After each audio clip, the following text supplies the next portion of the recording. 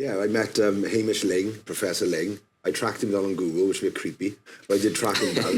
And I went to see him in his office back last year. I didn't just turn up outside his office. I told him I was coming. I sent him a long email, first of all, saying you probably don't remember me. You've treated so many people, because he's really well respected and highly thought of in the medical industry in Wales especially. And he went, after he finished in Morrison Hospital, he went down to down Cardiff Bay to advise the government, the Welsh Down and Senedd, to advise them. So he's really well respected. So I went to see him in his office. And I walked in and he said, it's incredible. He said, you should be dead. He said, you should have died on so many occasions. He said, look how big and strong you are. He said, it's incredible. And he said, you've got to share your story. And for the last 20 odd years of my life, I was looking back all the time when I'd lost my rugby career, my looks, no comments, my looks, my rugby career, all this sort of thing. I'd looking back with a chip on my shoulder, resentful, angry. I was in the grief cycle. I didn't know I was grieving until 15 years after my accident, because after my accident, I was offered counselling.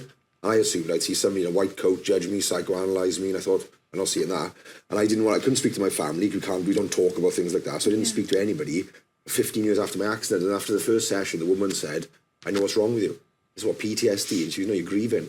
To grieving, that's when you die. She goes, you haven't physically got to die to grieve. She goes, loss of identity. He said, all I've heard of you today is, I used to play rugby, I used to do this. You're grieving your old Andrew. This is the new you now. You've got to accept where you are now and move on. And she goes, your family are grieving for the old you as well. Because every time I was on a quiet day, my mother would say to me, oh, you never used to be like this for your accident. You never used to be like this for your accident. So they were grieving the old. So it's only really over the last couple of years, I really appreciate what my parents must have gone through, the trauma they went through. Must have been horrendous as well. They've never spoken to anyone, so they bottled this up as well. So meeting the man, it made me appreciate things more, thinking, yeah, I got a second chance at life. There's no Andrew Jenkins Part 2, Andrew Jenkins is a sequel. This is my life now. I got to look forward and help inspire people. So something called post-traumatic growth, where I'm growing off the back of a trauma. And I sat my mother and father down and talked to them first time ever about the accident last year. 24 years after the accident, I sat them down and talked to them. And we had an open conversation. It wasn't really detailed and deep, but we spoke about it. And I wanted to start talking to people. But I didn't want to find it off third party what I was doing. I wanted to tell them, because they were obviously a big part of it.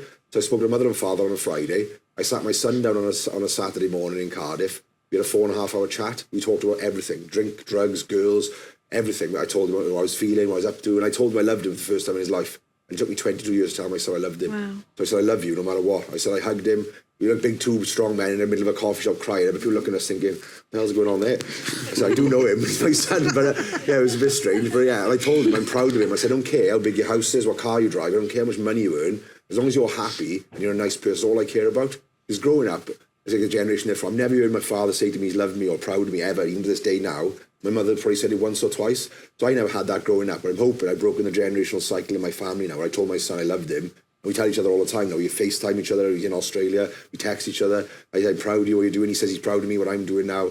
And yeah, so I'm hoping when he has his children, if he has children, he'll tell them as well. And it's like we've broken that cycle in my family. This big alpha male, this macho, like toxic masculinity, the nonsense that goes on. Do you mean? And yeah, it's not good. It needs to change. Positive masculinity is good. But I thought, the old, that's what I grew up in that environment, thinking you have to do certain things and act the big with stupid one in rugby clubs and do silly things. And yeah, it's not so great. hard. It's so hard, but well done you. I mean, that must have been a moment. Yeah, it was. I spoke to my brother on a Saturday afternoon, my other brother on a Sunday, my other brother on a Monday. That was a therapy weekend. It was great. And it was free. But it was great. It took a huge weight off my shoulders, because it took me 20 odd years. What I say to people is, have that conversation, be courageous and have the conversation. And you build it up in your head. The humans always focus on the negative, unfortunately. That's a human nature. Absolutely. But I built things up in my head. They wanted to ask me questions, but they didn't want to trigger me.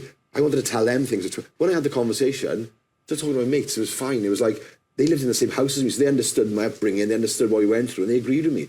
You can't, Dad never showed this. And so, I learned a lot about things over the last couple of years. There's lots of light bulb moments I've had, and it's been great the last couple of years' journey I've been on. It's really good.